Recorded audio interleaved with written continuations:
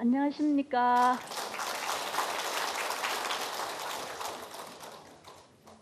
저는 그 영천 손한방병원이 부산에도 있는데 거기에 원장을 맡고 있는 이영자라고 합니다. 이름이 한 번 들으면 잊어버리지 않으실 텐데 하여튼 이렇게 저희 어머님, 아버님 같은 분들이 와 계셔서 너무너무 반갑습니다.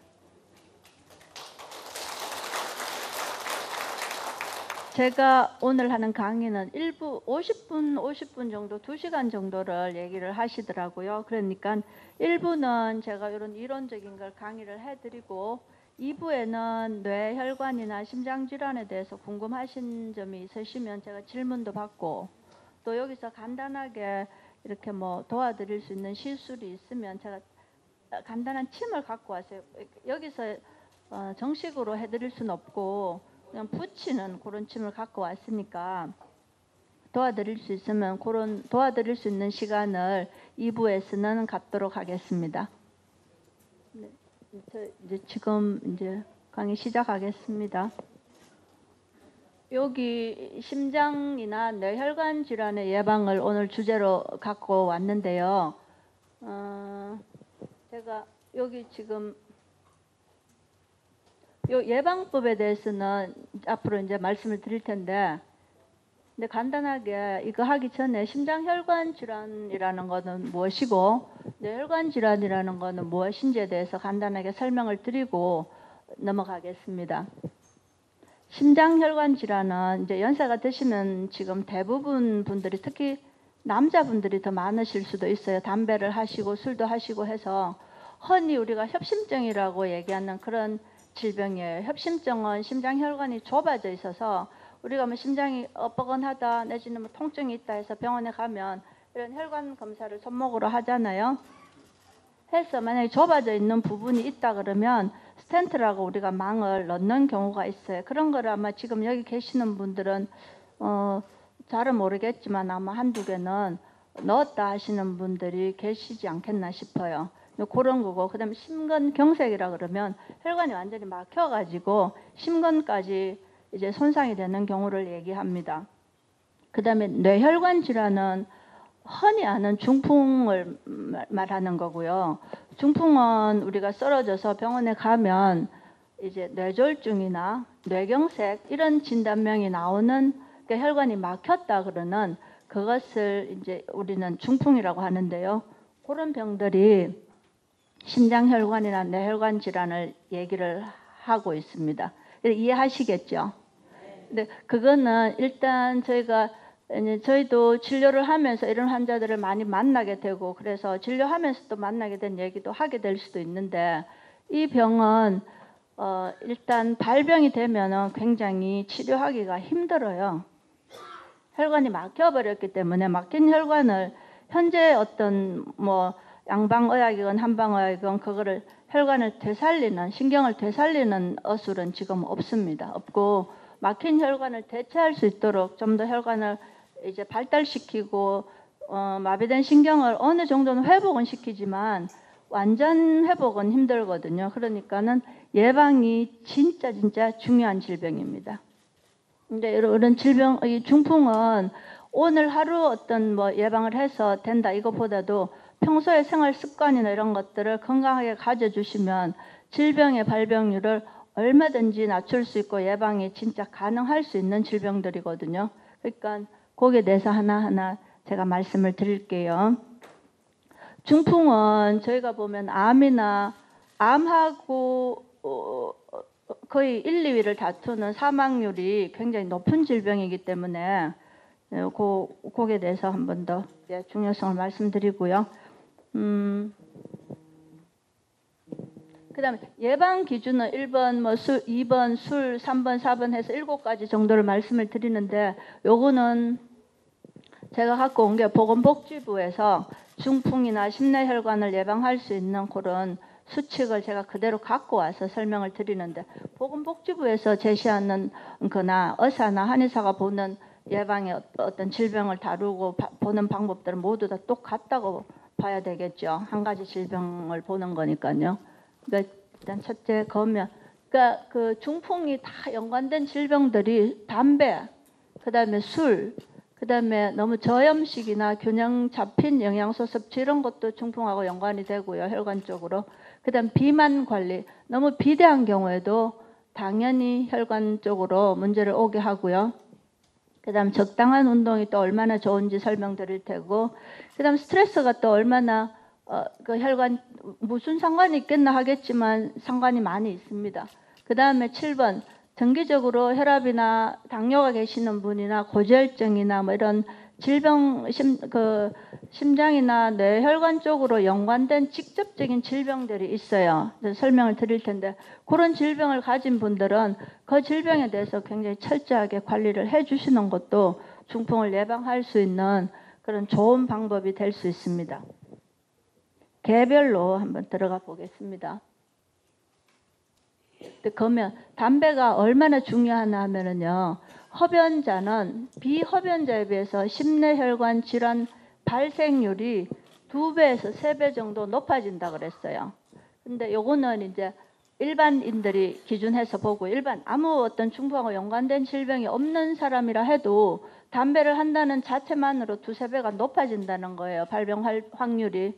그러니까 담배를 끊는 게 좋은데, 여기다가 우리가 중풍 지수라는 게 있어요. 이 사람이 얼마나 중풍이 발병할 확률이 높은가를 알아보는 게 중풍 지수인데, 그 지수에서는 이제 뭐 당신이 당뇨가 있느냐, 뭐 혈압이 있느냐, 콜레스테롤이 있느냐, 비만하냐, 아니면 나이가 어느 정도냐, 이런 거에 따라 점수를 높인다 그러면, 만약에 그런 것들을 해서 이분이 중풍 발병률이 만약에 한 뭐 20~30% 있다 이렇게 발병되면, 이제 그 진단이 난다면 그분은 20~30% 높은 거에다가 담배를 하신다 그러면 곱하기 2, 곱하기 3의 비율로 중풍이 발병할 확률이 높아지기 때문에, 아까 7번 항목에서 혈압이나 당뇨나 이런 걸 가지신 분들은 검연이 반드시 필요하다고 볼 수 있겠죠. 그다음 검연은, 담배는 왜 어떤 영향 때문에 혈관에 나쁜 영향을 주고 병을 발병하게 하느냐 하면은, 담배 어떤 성분들이 혈관 손상을 굉장히 촉진을 시키고요. 그 다음에 혈액순환도 잘 시키지 않을 뿐 아니라 혈관 속의 염증 물질을 유발시킬 수 있습니다. 그렇기 때문에 혈관이 막힌다거나 뭐 혈전 같은 걸 생기게 할 수도 있겠고요. 그 다음 저희가 저희는 이제 중풍 환자를 많이 보게 되는데, 그런 분들이 남자분이라면은 담배를 하시는 경우가 되게 많아요. 그러면 이제 담배를 끊으세요 이렇게 말씀드리면은, 나는 못 끊겠다고 뭐 한두 개 다 줄여서 이제 한두 개 피만 한다 그렇게 얘기를 하시거든요. 근데 한두 개 피를 하고 한갑을 하고는 똑같다고 봅니다. 그러니까 끊느냐 안 끊느냐, 하나를 하나 한갑을 하나 영향은 똑같다고 이해를 하시면 될 것 같습니다. 그러니까 담배를 반드시 끊는 게 중요하고요. 그 다음 항목은 그러니까 담배를 끊었을 때 우리 몸이 어떻게 변화가 될 수 있는지를 간단하게 설명드릴게요. 담배를 끊고 한 3개월 정도가 지난, 담배는 저희가 이제 임상에서 봤을 때 담배는 사실은 백해무익이에요. 도움이 되는 게 한 개도 없는 건데, 그분이 담배를 처음 시작해서 습관적으로 계속 해오는 그런 상황인데, 담배를 만약에 끊게 된다면은 담배가 폐나 뭐 암에 발암 물질도 담배가 될 수 있고 혈관 쪽에도 문제가 될 수 있지만, 직접적으로 담배는 기관지나 폐 쪽으로 또 영향을 주게 되잖아요. 그럼 그게 한 3개월 정도 검연을 했을 때는 3개월만 끊어도 폐 기능이 훨씬 나아진다는 얘기세요. 그 다음에 검연 후에 한 1년 정도가 경과되면 심혈관 질환의 위험이 50%가 준다. 그러니까 아까 비흡연자에 비해서 2~3배가 높다 했는데, 그러면 그게 반수로 줄어든다는 얘기죠. 그 다음에 15년 내지 15년 정도 만약에 담배를 끊은 상태를 유지시킨다면은 폐암이나 이런 위험도도 30 내지 50%가 감소되고요. 15년 이상 검연이 했다면은 이제 뭐 담배를 안 피운 사람하고 똑같은 건강 상태가 될 수 있다는 말씀입니다. 요거는 그냥 곁들여서 말씀드리는 건데, 이건 심장혈관이나 뇌혈관 쪽하고는 무관하지만, 이 흡연자의 연령별 사망 위험도를 그래프로 보인 건데요. 이게 맨 1번에 맨 앞에 비흡연자 기준해서 1로 본다면요. 20대에서 담배를 하게 되면 사망률이 1.6% 정도 된다는 거예요. 그 다음에 30대는 뭐 1.4, 40대, 50대, 60대 이상은 1.7. 그만큼 1보다 더 많이 높아지잖아요. 그 담배가 그러니까 수명을 자꾸 단축한다고 이해를 하시면 될 것 같아요. 담배를 안 하는 사람이 만약에 뭐 90, 100세를 살 수 있다면 담배를 하신 분 같으면 자꾸 준다. 그렇게 이해하시고 담배 끊으시는 게 좋고, 또 오늘 오면서 잠깐 제가 기사를 봤는데 중풍이나 혈관 쪽의 질환들은 대체로 혈관이 노화가 되면서 당뇨나 혈압이나 이런 거에서 동맥경화가 오지만은 나이가 들어오면서 혈관이 노화돼서 노인성으로 동맥경화가 와서 발병이 되는 그런 노인성 질환일 수가 많아요. 그런데 20대에서도 중풍의 발병률이 높아지는 거는 흡연이 그 제1 원인이 된다고 했어요. 그러니까 아주 젊은 아이들이 중고등학생 때부터 흡연은 굉장히 안 좋고, 그걸 집에서도 우리 손자나 어린 아이들이 만약에 뭐 짬도 모르고 담배를 하잖아요. 뭐가 뭔지도 모르고, 그런 경우는 그게 얼마나 몸에 안 좋다는 거를 충분히 설득해서 안 하게 하는 게 너무너무 필요하다. 그렇게 해야지 걔네들이 일찍부터 담배를 하게 되면 담배를 끊는 게 너무 더 힘들다 하세요. 그리고 몸에 받는 영향도 되게 많고. 그러니까 금연은 어느 병이건 아주 중요하기 때문에 한 번 더 요거는 설명드리는 거고요.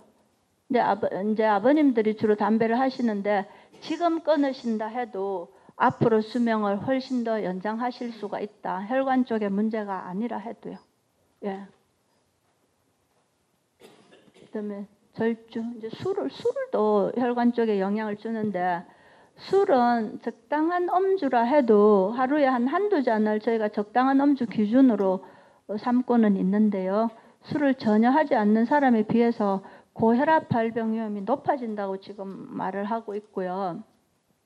그 다음에 2번은 폭음 기준, 그러니까 하루에 2잔 이상 한다면 그게 폭음이라는 말씀이세요. 아버님들 난 하루에 2잔 정도라서 뭐 술 괜찮다 이렇게 얘기하시지만 2잔이 적은 양은 아니고, 그다음 아주 고위험 음주자는 하루에 한 7잔, 소주잔 기준으로 저희가 말씀드리거든요. 그런 많이 드시는 분은 부정맥 위험이 증가하고요. 심근병증, 심장에 문제가 올 수 있고, 그 다음에 뇌졸중, 중풍이나 이런 혈관 쪽의 문제를 더욱더 더 잘 생기게 할 수 있다는 것을 말씀드리고요. 그 다음 4번은 술이 얼마나 또 다른 영향을 주는 게, 술 자체는 영양은 없어요. 단백질, 우리가 탄수화물 이런 영양가는 없지만 칼로리는, 열량은 있어요. 그래서 왜 우리 아버님들이 어떤 분은 밥은 안 드셔도 술만 드시다가도 또 뭐 활동을 한다, 일을 할 때 밥은 안 먹어도 술 먹으면 힘이 나서 일한다 하시잖아요. 근데 힘은 생길 수 있는데 영양가는 없어요. 근데 술만 계속 드시게 되면 영양실조가 와요. 식사를 안 하시고 술만 드시는 분요. 그렇듯이 술 자체는 열량은 있지만 영양가는 없는데, 거기다가 우리 보통 술을 드시면 술만 드시는 게 아니고 또 안주를 고기나 이런 고칼로리 음식들을 같이 곁들여서 드시게 되는 수가 많아서, 그렇게 되면 비만으로도 연결이 되실 수가 있고, 비만 자체가 이제 혈압이나 중성지방 수치, 그러니까 콜레스테롤 수치나 이런 것들을 올릴 수 있어서 이제 간접적으로도 좋지는 않다는 거 말씀드리고요. 그다음 식생활 개선, 식생활이 많이 중요한데요. 첫째, 우리가 비만이 그러니까 비만이라는 건 하루 아침에 생기는 건 아니잖아요. 그러니까 차츰 예전부터 생겨지는데, 물론 유전적으로 뚱뚱하다 하셔도 당뇨가 없는 분이 있어요. 그런 유전을 띠고 나신 분도 있으세요. 근데 대부분 이제 체중이 늘면은 대사성 질환들이 잘 와지고요. 그렇게 되면 혈액이 탁해지고 콜레스테롤 수치도 올라와지고 당뇨도 생길 수 있고, 이렇게 되면은 이제 혈관의 동맥경화가 더 촉진이 될 수 있고, 그렇게 해서 혈관을 막고 혈전을 생기게 하고, 이렇게 해서 혈관 쪽으로 질환이 오니까 비만이 많이 중요하니까 적정 체중을 유지해 주시는 것이 중요한데 그 표준 체중하고 제가 BMI하고 복부둘레 요거를 써놓긴 했는데 요거는 뒤에 가면 한 번 더 설명드릴 기회가 있을 겁니다. 요게 비만에서 또 한 번 더 말씀드릴 텐데 어떤 거가 그런 건지를 다음에서 말씀드리고요. 그다음 비만한 만약에 본인이 아까 비만 기준이 보면은 이게 표준 체중을 그러니까 몸무게를 기준한다 그러면 어느 정도의 몸무게에서 내가 비만한지 그 기준을 정하는 게 있어요. 그게 보통 자기의 키에서 100을 빼서 곱하기 0.9를 해요. 그러니까 그거는 다 나와 있습니다. 인터넷 같은 데 보면. 그걸 계산하면 내 체중이 비만인지 아닌지를 알 수가 있는데 여기서 그냥 플러스 한 2, 3kg 정도 더한다 해서 되게 많은 비만은 아닌데 여기에 계산된 것보다 많이 차이가 나게 체중이 더 많아진다 그러면 비만으로 보고요. 간단하게 여기 계시는 분들이 체중을 그냥 내가 비만인지 아닌지 알아보는 간단한 방법은 키가 한 155 이하일 경우에는 한 100 정도를 빼시면 돼요. 내가 만약에 한 155cm다 이러면은 100을 빼면 55kg 정도가 되면 그냥 괜찮다는 거예요. 그 이하나. 근데 55보다 더 높아서 한 60 정도 되고 50 한 8, 9 된다 그러면 조금 빼주시는 게 좋고 60 이상이 된다 그러면 조금 더 이제 비만에 대해서 조금 관리를 해주시는 게 필요하겠죠. 그 다음에 키가 좀 크셔서 160 이상 정도 된다 그러면 한 110 정도를 빼서 자기 몸무게를 대충 생각하시면 돼요. 그러니까 160 한 6 정도 된다 그러면 110을 빼면 한 56kg 정도에서 56에서 한 60 정도 된다 그러면 괜찮은 체중이 될 것 같아요. 근데 그보다 60 넘고 만약에 65, 70 이렇게 된다 그러면 그건 좀 과다 체중. 그러니까 체중을 빼줘야 되고 그러니까는 비만을 좀 먼저 설명을 드리는데 그럼 이제 그다음 복부 비만도도 복부 배꼽을 중심으로 해서 우리가 이렇게 센치를 체크를 해서 남자분 같은 경우는 한 90cm 정도야. 인치로 하면 35인치 이상. 여자분은 85cm 이상인데 그럴 때는 복부 비만이에요. 복부 비만이 우리가 나이가 들면서 복부 둘레가 더 이렇게 커지기 쉬운데 이런 경우에도 보통 어머니들이 콜레스테롤 같은 게 높아진다고 대부분 한 60 전후 이상 되면 대부분 콜레스테롤 수치가 약을 드시는 경우가 많아요. 그것도 복부 둘레를 줄여주면은 수치는 저절로 내려온다. 약을 안 드셔도. 예. 그러니까 살을 좀 이제 이게 복부 둘레가 이거보다 높다 아니면 키가 어느 거 하나라도 자기가 표준으로 생각을 해서 하시면 될 것 같은데 체중이 이제 많이 나간다 싶으면은 이제 아까 보시다시피 여기에 비만한 경우에는 식사량을 지금 드시는 거에 한 반을 줄인다거나 한 3분의 1 정도를 줄여버리신다거나 그러니까 약간 소식 경량으로 나가주시는 것도 필요하시고 그다음 당분 섭취를 제한을 해주시는 것도 좋으세요. 당분이라 그러면 우리 꿀이나 설탕 그다음 과일 주스 종류들 그다음에 사이다 콜라 이런 것들이 일반적으로 만나지는 당분들이고 그게 그런 것들도 또 좀 체중이 나간다 하면 그런 것들을 안 드시는 게 좋으세요. 그리고 우리가 비만한 경우에는 밥도 현미 같은 거를 이게 쌀도 도정을 좀 덜한 쌀이 조금은 복부 비만에도 도움이 될 수 있으세요. 그걸 우리 더 나가서 이제 이게 밀가루 같은 것도 조금 정제가 덜 된 거. 그러니까 현미로 된 쌀이나 밀가루 음식들이 훨씬 더 도움이 된다고 이해를 하시면 되고요. 그다음 동물성 지방 이런 것도 이제 많이 드시면 안 된다는 말씀이세요. 그러니까 육수익의 지방인데 그거하고 그다음 트랜스 지방이라고 우리가 마가린이나 버터 같은 거 있어요. 그러니까 상온에서 액체를 고체화 시키려고 할 때 이제 발생되는 지방인데 그런 것들도 혈관 건강에는 좋지 않기 때문에 그런 것도 많이 드시는 거 안 좋고요. 그다음 불포화 지방산. 그러니까 지방에는 저희가 봐서 지방에는 간단히 설명드리면 두 종류의 지방산이 있어요. 그러니까 여기 동물성 지방은 포화 지방산이라고 얘기할 수도 있거든요. 그것들은 육식 고기, 우리가 돼지고기도 삼겹살이나 뭐 이런 데 비계가 있잖아요. 그런 것들은 포화 지방산이세요. 그건 동물성 지방이라서 그런 지방들은 혈관에 많이 끼게 할 수 있는 지방이고, 그다음 불포화 지방산이라 해서 요거는 식물성 지방이에요. 식물성 지방은 우리 그 뭐 참기름, 들기름, 뭐 올리브유 이런 것들은 다 식물성 지방이기 때문에 불포화 지방산은 섭취를 늘리라 해놨잖아요. 그런 거는 드셔도 무방하다는 얘기세요. 좋은데, 근데 이제 지방 자체가 칼로리가 높아요. 그램당 칼로리가 9칼로리고 탄수화물은 4칼로리를 이제 발생을 시키는데 열량을 내. 만약에 비대하다 하시면 불포화 지방산도 너무 많이 드시면 칼로리가 높기 때문에 살을 찌게 할 수도 있으세요. 근데 그거는 이제 다음에 영양표를 보고 또 설명을 드릴 테고요. 그러니까 혈관 질환에 안 좋은 거는 동물성 지방, 포화 지방산들이 안 좋다. 그다음 아까 그 뭐 마가린이나 버터는 많이 드실 일은 없으시기 때문에 그냥 참고만 하시면 될 것 같고, 이제 고기 육식 지방에서 그걸 빼고 드시는 거 좋고, 만약 고기 같은 거를 좋아하시는 분 같으면 돼지고기나 뭐 소고기나 이런 것들은 우리가 수육처럼 드시는 방법이 지방을 좀 제거한 요리법이 될 수 있으세요. 그러니까 기름이 적은 부위를 선택을 해서 그걸 삶아서 지방을 빼버리고 드시면 괜찮으세요. 근데 뭐 혈압이 있다 해도 우리가 단백질 섭취는 또 육식 섭취를 하시는 것도 권유를 드리거든요. 고기를 하나도 안 드실 수는 없어요.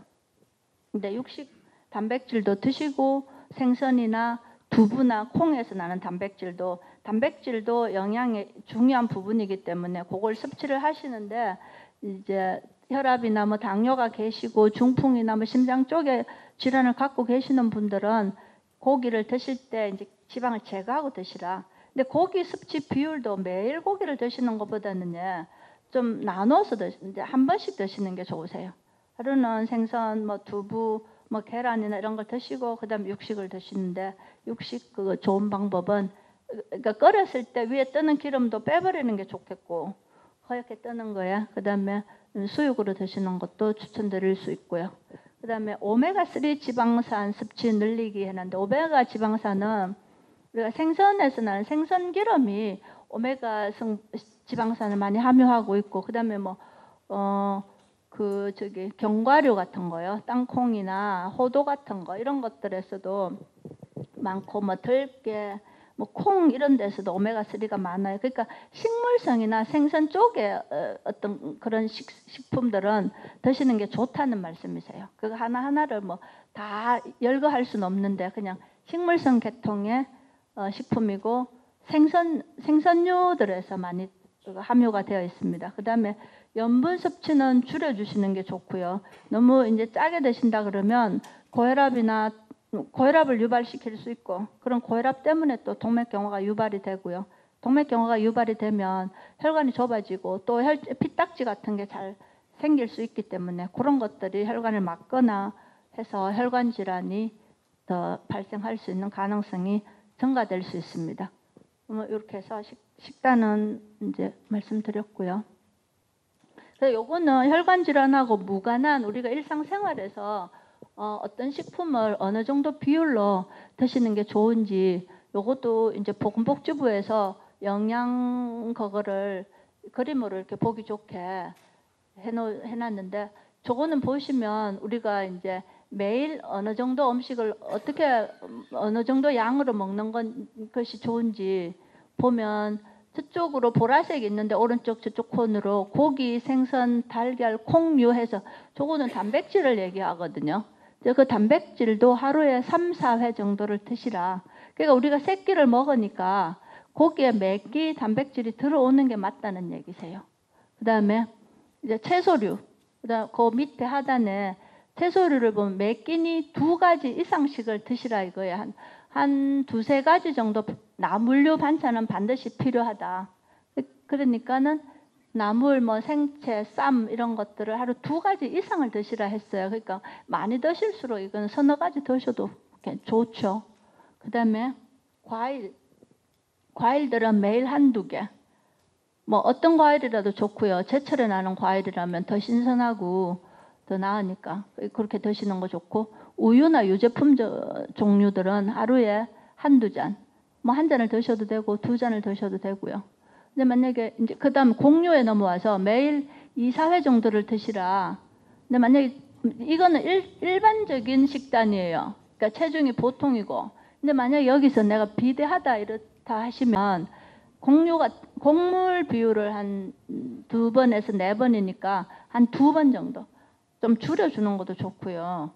그다음에 칼로리가 이제 낮은 음식들을 요리법에서도 가지고 오는 게 좋겠죠. 이거는 일반적인 식단, 그러니까 건강한 식단, 건강한 몸을 만들려 그러면 이런 거에 기준해서 식사를 반찬이나 이런 것들을 준비해서 드시는 게 좋다 이렇게 말씀드리는 겁니다.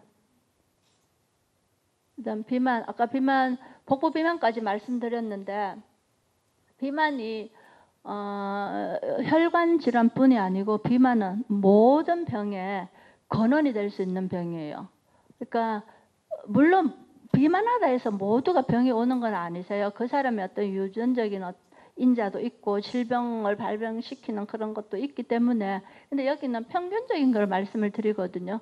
그러니까 저게 아까 복부 비만까지는 몇 센치 말씀드렸고 체질량 지수에서는 이제 키와 몸무게를 이용해요. 요즘은 지방량을 측정하는 비만 측정법인데 요즘은 인바디라고 그 체성분을 검사하는 기계가 있잖아요. 대부분 이제 많이 만나게 되는데 거기에 보면 저런 체질량이나 뭐 여러 가지 기초대사량이나 비만을 관리하는 거 거기 다 정보가 나와 있습니다. 그러니까 그 체질량 지수를 보면 거기 수가 한 27 이상이 나온다면은 이분도 고혈압, 당뇨, 심장병이나 이런 것들이 발생할 확률이 높아진다. 그렇게 보시면 되겠습니다. 그러니까 요 세 개는 다 그냥 어느 거라도 이제 비만 기준으로 볼 수 있는 거거든요. 이거 그냥 가져왔고 그다음 운동도 혈관 질환의 중요한 한 부분이고 저희가 운동의 효과를 쭉 이렇게 나열을 해놨는데 뭐 혈관 질환뿐이 아니고 조기 사망률에도 영향을 줄 수 있고 그다음에 골격계통의 어떤 거기에도 영향을 줄 수 있고 암의 발생 비율을 낮추는 것도 영향을 줄 수 있고 정신건강 모든 면에서 운동은 아주 필요한 걸로 보여지죠. 이렇게 보면 다. 그러니까 운동 효과는 첫째 조기 사망을 감소하게 한다. 그러니까 계속 우리가 운동을 해주시는 분하고 운동을 안 하시는 분하고 연세가 들었을 때 누가 빨리 죽느냐. 근데 운동을 계속 해오시는 분은 훨씬 더 오래 사실 수 있으세요. 그 다음에 심장혈관 질환 당연히 감소될 수 있겠고 그 다음에 대사질환, 심장질환이나 대사질환이나 이런 게 다 심장질환도 대사질환하고 연관이 되어 있습니다. 그러니까 대사질환들이 고혈압하고 그 다음에 뭐 콜레스테롤, 저밀도 콜레스테롤, 그러니까 몸에 안 좋은 콜레스테롤이죠. 그런 것들이 많이 이제 요거를 이제 더 좋아지게 할 수 있다. 이렇게 보시면 되고, 그다음 중성지방 수치도 낮춰줄 수 있고, 당뇨병의 발병 위험도 낮춰줄 수 있고요. 그다음에 운동을 함으로써 체중이 좀 더 유지가 될 수 있습니다. 칼로리가 써지기 때문에. 그다음 골격 건강 증진을 시킬 수 있는데. 이제 걷는 운동을 매일 30분, 40분 하시는 분은 골밀도가 훨씬 더 좋아지세요. 골다공증이 있는 분도 체중이 실리는 걷기나 이런 걸 계속 해주시면은 이제 골밀도 나빠지는 정도를 지연시킬 수도 있고 좋아지게 할 수도 있는 거고요. 그다음에 생활 기능 향상. 이거는 나이가 들거나 어떤 질병 상태에서 우리가 거동 능력을 더 좋아지게 한다는 얘기세요. 예를 들면 연세가 많아서 거동이 잘 힘이 없다 이래도 계속 그분이 운동을 계속 해오신 분 같으면 화장실 가는 힘이나 일상생활에서 움직이는 힘이나 이런 것들이 훨씬 좋아진다는 얘기세요. 뭐 중풍 같은 게 발병이 된 분이라 해도 그건 마찬가지고요. 그다음 암 발생, 운동해서 암이 덜 생기고 그다음 정신 건강도 굉장히 중요한데 운동을 하시는 분하고 안 하시는 분이 운동 우울증이 있다 해도 운동을 하시는 게 되게 좋으세요. 햇볕도 쬐어주고 운동을 하시면 우울증도 훨씬 더 개선이 될 수 있고 그래서 인지 기능도 향상이 될 수 있는 게 계속 우리가 뭐 걱정하시는 게 치매나 이런 것도 걱정하시는데 연세가 드시면은 그런 것도 운동을 안 하신다 하면 더 빨리 생길 수도 있으세요.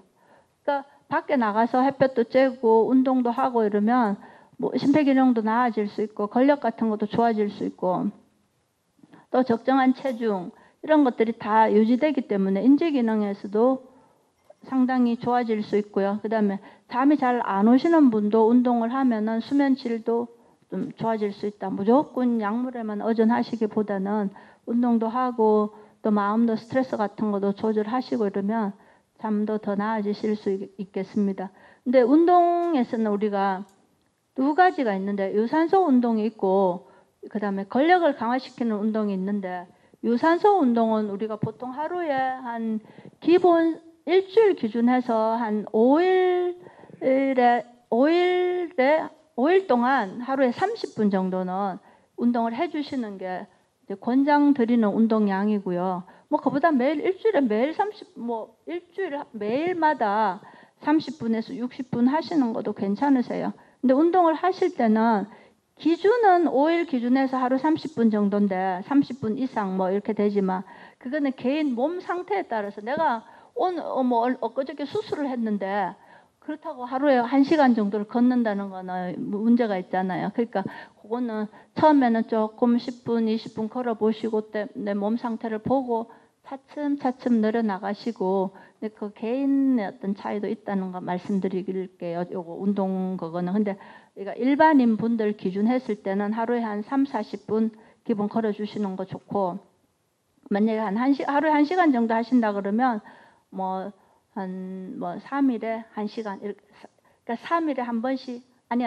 일주일에 3번 정도 1시간 정도 하시는 것도 괜찮으시다. 그러니까 이런 유산소 운동은 우리가 하게 되면 심장이 두근두근 해지는 거를 유산소 운동이라고 해요. 그러니까 유산소 운동은 이걸 해줘야지 심장 기능도 좋아지고 혈관이나 폐 기능도 강하게 되고 그다음 근육이나 이런 것도 유지가 되고 해서 또 말씀드리지만 체중도 유지가 되고 해서 유산소 운동은 반드시 필요하고요. 그다음에 근력을 이런 어깨나 이런 데도 근력을 강화시키고 싶다 하면 뭐 아령 같은 것도 덜어주는 것도 괜찮으시고 매일 맨손 체조 같은 것도 아침 저녁으로 해주시는 것도 되게 좋으세요. 그 별거 아닌 것 같지만은 유연성도 키워주고 근력도 키워줄 수 있는 운동법이 될 수 있습니다. 근데 윗몸 일으키기 같은 것도 하실 수 있는 분은 하셔도 괜찮으세요. 근데 아주 연세가 많으시는 분은 힘드실 수도 있고요. 근데 개인에 맞춰서 이제 적당한 거를 선택을 해서 하시면 되겠습니다. 그 다음에 스트레스를 줄이고 즐거운 마음으로 생활한다. 스트레스는 만병의 근원이라 하는데 이게 이제 스트레스도 혈관 쪽으로 영향을 줄 수 있는 게 계속 우리가 어떤 경쟁이나 긴장이나 이렇게 생활이 쉼 없이 그러니까 한 일주일 일하고 하루는 쉬어주는 그런 게 안 되는 분도 있으세요. 계속 돌아간다 그러면 심장이 부정맥 같은 것도 오게 할 수 있고 그러면서 또 스트레스가 심할 때는 고혈압도 올 수 있고요. 그런 병들이 이제 동맥경화를 오게 하고 동맥경화가 심내혈관 쪽으로 이제 잘 발생이 될 수 있습니다. 동맥경화가 많이 생긴다면은요.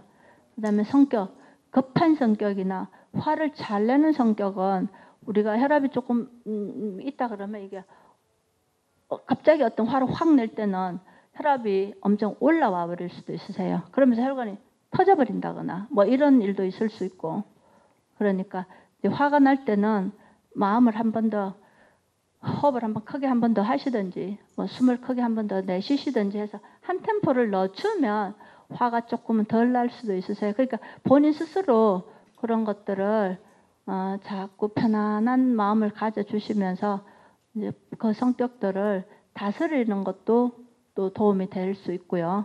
그다음에 이제 우리가 스트레스를 관리하는 게 누구나 다 살아가면서 나름의 스트레스는 있는데 남은 별거 아니라도 나한테는 또 큰 문제로 오게 될 수도 있고 개인 차이가 있습니다. 그것도요.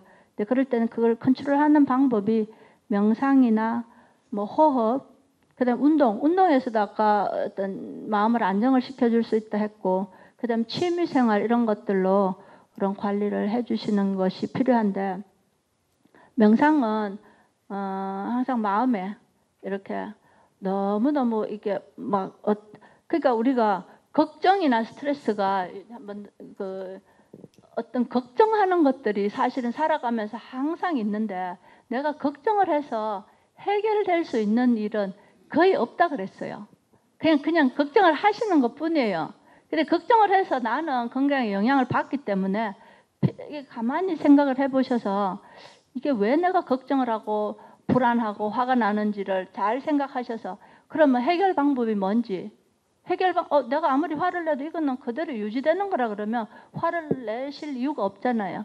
그러니까 그런 것들은 이제 명상이나 호흡법 그런 어떤 상황들은 그대로 둬야 돼요. 그대로 두다 보면 시간이 가지고 어떤 상황이 또 해결해질 때가 있으세요. 그러면 그거는 이제 그때 돼서 해결되는 거지. 내가 아무리 신경을 쓰고 해도 그거 일은 해결이 안 되기 때문에 내 마음만 편안하게 유지를 해주시는 것이 건강에 도움이 되거든요. 그러니까 명상도 이제 너무 내가 괴롭다 이러면 이렇게 앉아서 저 본인만의 어떤 좋아하는 어떤 풍경이나 아니면 내가 마음에 어떤 감사함을 자꾸 내가 가진 감사함을 자꾸 생각을 해보신다거나 뭐 그런 것들은 제가 말씀 안 드려도 너무 잘 아시겠지만은 그런 마음을 자꾸 평화롭게 가져주는 그런 거. 그다음 호흡도 우리가 되게 불안해하시고 뭐 이런 분들은 이게 호흡을 길게 해서 복식 호흡을 단전 호흡이라 하나요? 그러니까 호흡을 길게 복부까지 아랫배까지 보내려 그러면 그냥 해서는 호흡이 안 되세요. 그러니까 마음을 모아야지 이게 호흡이 배로 내려가지. 내가 그냥 한다 해서 되는 거 아니거든요. 그러니까 그런 호흡을 하시다 보면 잡념이 없어지세요. 호흡에만 전념을 해야지 호흡이 아랫배까지 내려가기 때문에 그런 호흡법도 스트레스를 관리하는 데 도움이 될 수 있으세요. 그러니까 이제 스트레스를 갖지 마시고 이런 강의도 나오시고 노래 교실도 가시고 운동도 하시고 이렇게 즐겁게 계시는 거가 좋겠습니다.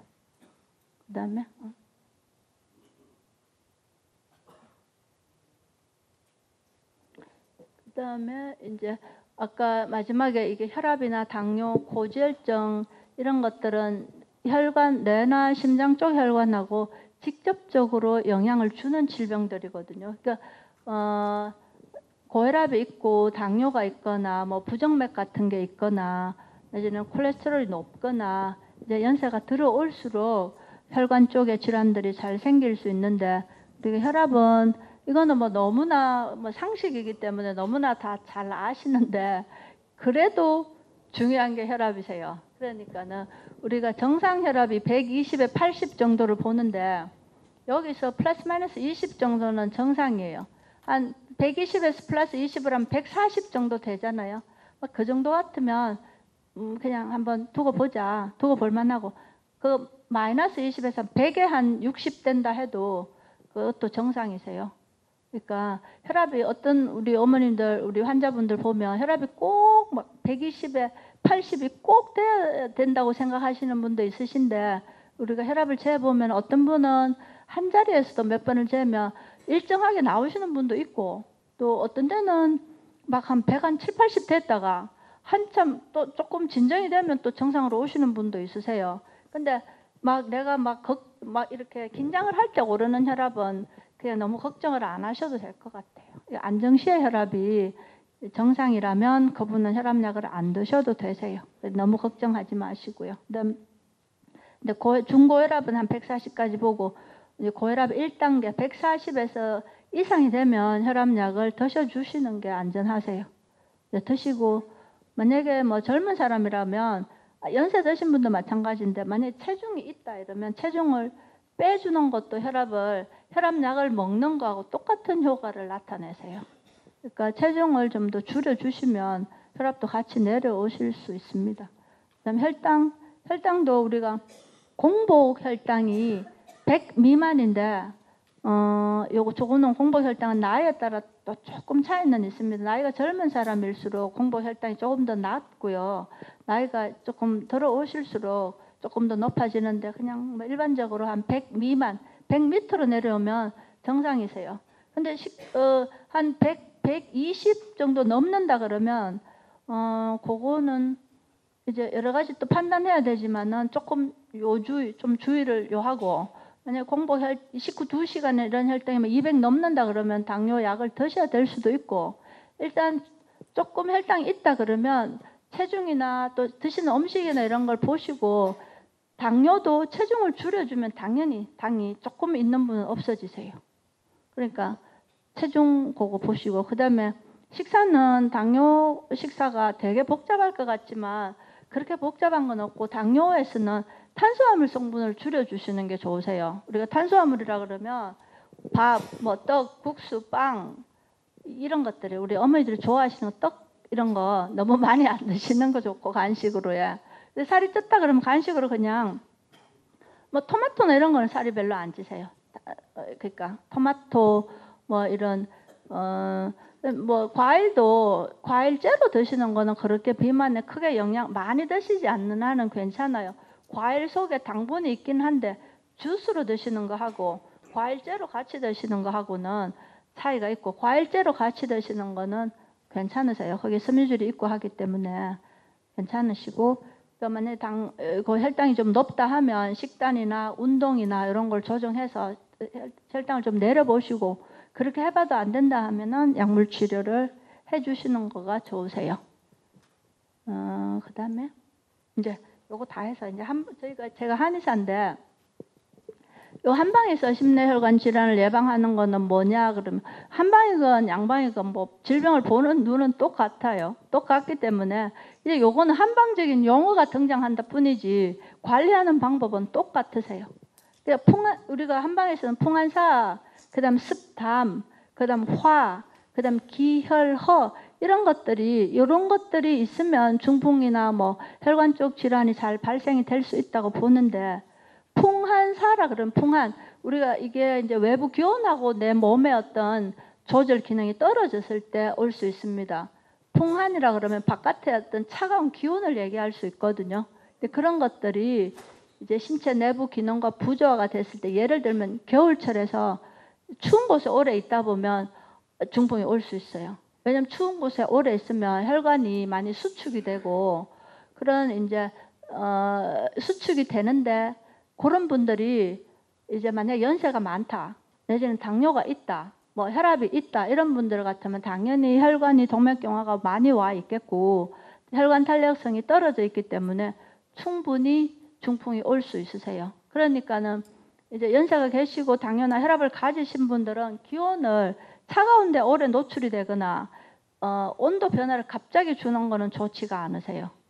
그러니까 예를 들면 아침에 이제 따뜻한데 주무시고 새벽에 뭐 겨울에 새벽 운동 나가신다고 나가시잖아요. 그런 것도 좋지 않으시고, 그 다음에 이제 어머니들 뵈면은 새벽에 뭐 절에 가시거나 새벽 기도 가시거나 추운 날, 그런 거는 가시는 거는 좋은데 아주 추운 날은 안 가시는 거 좋으세요. 그거 하느님이나 부처님께서 더 좋아하실 거예요, 안 가시는 거를요. 본인이 규칙적으로 해오셨다 해도 저희가 그런 아주 추운 날은 가지 말라고 말씀을 드리거든요. 근데 그런 것도 중풍을 오게 할 수 있다 이 말씀이세요.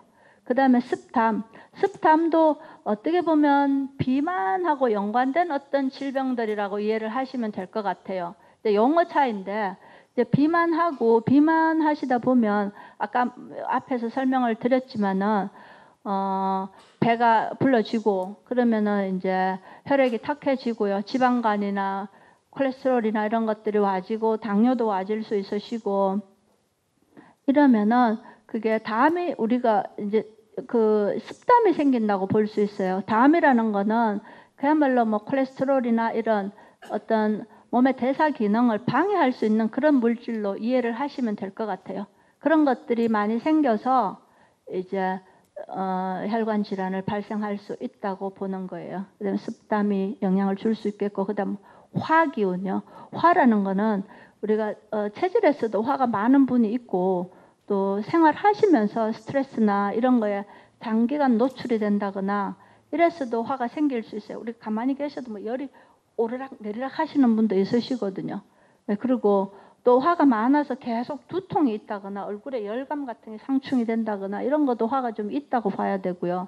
그 다음에 성격이 급하다, 화를 잘 낸다, 갑자기 화가 확 나시는 분들 있잖아요. 그런 분들도 그런 분들이 혈압이나 뭐 당뇨나 이런 걸 갖고 계신다 그러면 당연히 좋지는 않기 때문에 이제 요런 것도 스스로 관리도 해 주시는 거가 도움이 되세요. 그러니까 옛날에도 우리가 한방이라 그러면 옛날에 지금 뭐 아까 앞에 말씀드린 거는 또 지금의 용어로 설명을 드린 거고 이거는 옛날에 이런 용어로 설명을 드린 건데 다 똑같아요. 사람 사는 거는 옛날이나 지금이나 다 똑같은데 화도 이제 혈관 쪽 질환을 잘 생기게 할 수 있기 한 요인이 되기 때문에 그런 어떤 관리도 중요하다는 걸 말씀드리는 거고 그다음 기혈이 허할 때도 이제 혈관 질환이 올 수 있다. 이제 저희가 요거는 봐서 이제 임상에 봐서는 이런 거는 노인성으로 오는 어떤 중풍이나 그거를 거기에 속한다고 볼 수 있을 것 같아요. 노화로 인해서 중풍 자체가 혈관이 노화가 되고 나이가 들면서 오는 노인성 질환이지만은 요즘은 젊어서부터 담배 그다음에 아주 이제 젊었을 때부터 비만해지고 이러면서 젊은 사람도 당뇨도 있어지고 혈압도 있어지잖아요. 근데 고혈압이나 이런 것도 사실은 일반적인 어떤 체중이나 이런 상황에서 나이가 들면서도 생길 수 있는 질병인데 젊은 사람들에 많이 오는 거는 식생활, 뭐 칼로리 높은 음식들, 그다음에 뭐 단순당, 그러니까 뭐 밀가루 음식뿐 아니고 쌀 뭐 이렇게 해서 살이 찐다, 아니면 뭐 지방 섭취, 고기, 먹거리들이 이제 풍부해지면서 육식의 섭취율도 높아지고 이러면서 당뇨도 오고 혈압도 오고 뭐 남자분들 같은 경우는 40대에서 사망률이 제일 높다 하잖아요. 그게 비대해지기도 하죠. 그다음에 술도 드시게 되죠. 그다음 직장 생활에서 40대 같으면은 우리 사회에서 굉장히 중요한 주역이잖아요. 그러니까 아주 중요한 일을 담당하는 나이대인데 그만큼 스트레스나 과로가 있다는 얘기예요. 거기다가 술, 담배를 하죠. 또 비만하죠. 그러면 풍이 옵니다. 젊은 사람들. 제가 본 경우는 40대 아주 지금도 기억이 나는데 젊은 사람이 풍이 와버리니까 가장이 아주 풍이 심하게 왔어요. 그러니까 휠체어를 타고 이제 몇 달이 지나도 움직일 수 있는 상황인데 아이가 어리더라고요. 그러면 부인이 일을 못해요. 부인이 남편한테 붙어서 질병을 간호할 수밖에 없기 때문에 그 집이 엄청 경제적으로 어려워지고 힘들어지는 거예요. 그러니까 이제 그런 어려움이 있던데 어쨌든 그 이제 기혈 이런 것도 허해서 올 수 있고 그다음 체질적으로 우리가 봐서 체질이 뭐 한 방에 다 모두는 아니에요. 체질을 한 방에 한 파트예요. 장부로 변정을 할 수도 있고 또 어떤 경우는 뭐 이렇게 저렇게 해봐도 안 될 때는 또 체질로 뭐 태양인이다, 뭐 태음이다, 소양이다, 뭐 소음이다 해서 그런 방향으로 또 풀어볼 수도 있거든요. 그러니까 체질을 봐서는 태음인이 대체로 태음이나 소양이 좀 통통해지기 쉬운 체질이세요. 그러니까 태음인 같은 경우는 습담이나 이런 게 더 많고 소양인도 열이나 이런 걸 더 많이 발생시킬 수 있는데 근데 체질은 어느 체질이 좋고 나쁘고 이런 건 없으세요. 그 체질의 장점도 있고 단점이 다 갖고 있기 때문에 거기에 이제 질병이 있는 경우는 그걸 참고를 해서 치료할 때 저희가 이제 쓸 수 있는데 태음이나 소양인인 경우에는 습담이나 열이 잘 발생이 되는 체질이라서 거기에 맞춰서 치료를 한다 이 말씀이고요. 소음인인 경우에는 조금 차고 냉한 경우예요. 그런 경우에는 일종의 헌행하다는 거는 좀 허하다고 볼 수 있거든요. 냉하다는 거는 허하다는 얘기세요. 그러니까 그런 거를 참고해서 이런 질병을 치료할 때 참고를 할 수 있다 이런 말씀을 드립니다. 그다음에 저희가 중풍에 대해서 중풍이란 일관적으로 대략적인 거를 짚어봐 드렸는데 더 들어가면 뭐 식사나 이런 거 뭐 여러 가지가 많은데 이 짧은 시간에 다 말씀드릴 수는 없고요. 대략적인 것만 오늘 말씀을 드렸습니다.